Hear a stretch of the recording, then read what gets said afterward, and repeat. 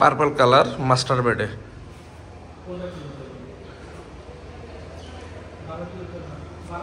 এটা 5 তলায়।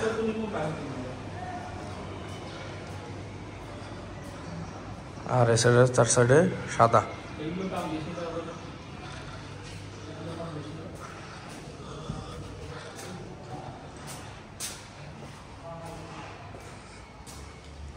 এটা হচ্ছে গেস্ট রুম, 4 সাইডে সব সাদা।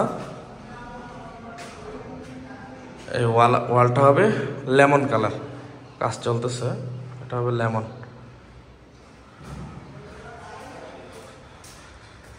এটা হচ্ছে ড্রয়িং রুম, সাদা সাদা।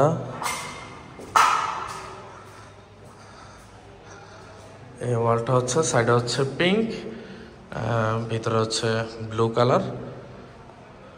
এই পিঙ্ক আবার ভিতরে সাদা, এই ওয়ালটা সাদা, এটা হচ্ছে ব্লু। এই হচ্ছে আউটপুট, আর এগুলো যা আছে সব সাদা। আর এই ওয়ালটা হচ্ছে লেমন, এটা ছবিতে বোঝা যাচ্ছে না, ভিডিওতে। ডাইন পাশের ওয়ালের সাথে মিলিয়ে বোঝা যাবে এটা লেমন, বা সামনাসামনি দেখলে বোঝা যাবে এটা সুন্দর, এটা লেমন কালার। আর ভিতরে পাকঘরের ভিতরে হচ্ছে হোয়াইট দেওয়া হয়েছে, কারণ এখন অন্ধকার জায়গা তো, যেন আলোর রিফ্লেক্ট ভালো আসে লাইট দিলে, এই জন্য সাদাই দেওয়া হয়েছে। আর এই যে কিডস, এই যে এখান থেকে দেখা যাচ্ছে কিডস রুমের ওয়াল, এবং হচ্ছে গিয়ে এখানে যে ওয়ালটুকু আছে এটা দেওয়া হয়েছে পার্পল কালার। হ্যাঁ, একটু দূর থেকে দেখলে ভালো বোঝা যায়। হ্যাঁ, এই যে এখন দেখা যাচ্ছে এটা পার্পল কালার। এটা হচ্ছে ওয়ালে, গলির এই সাইডের ওয়ালটাতে এটা পার্পল কালার হবে। আর বাচ্চার রুমে এই ওয়ালটা সাদা, যেহেতু এখানে ক্যাবিনেট হবে এই কারণে এটা সাদা রাখা হয়েছে।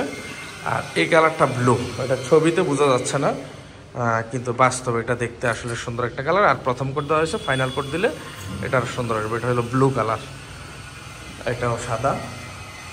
বাথরুমের সিলিংও সাদা, যাতে আলোর ভালো রিফ্লেকশন আসে। দরজাগুলো লাগানো মোটামুটি কমপ্লিট, লক টক দেওয়া শেষ। এই হচ্ছে কালারের একটা মোটামুটি ধারণা। এখন তার কোন কালার পছন্দ, এটা পার্পল কালার, কিন্তু মাস্টার বেডে দেওয়া হয়েছে 5 তলায়। এখন চাইলে কেউ কালার এদিক সেদিক করে চেঞ্জ করে নিতে পারে, কোনো সমস্যা নেই। ওয়াশরুমে যে বেসিন লাগানো শেষ।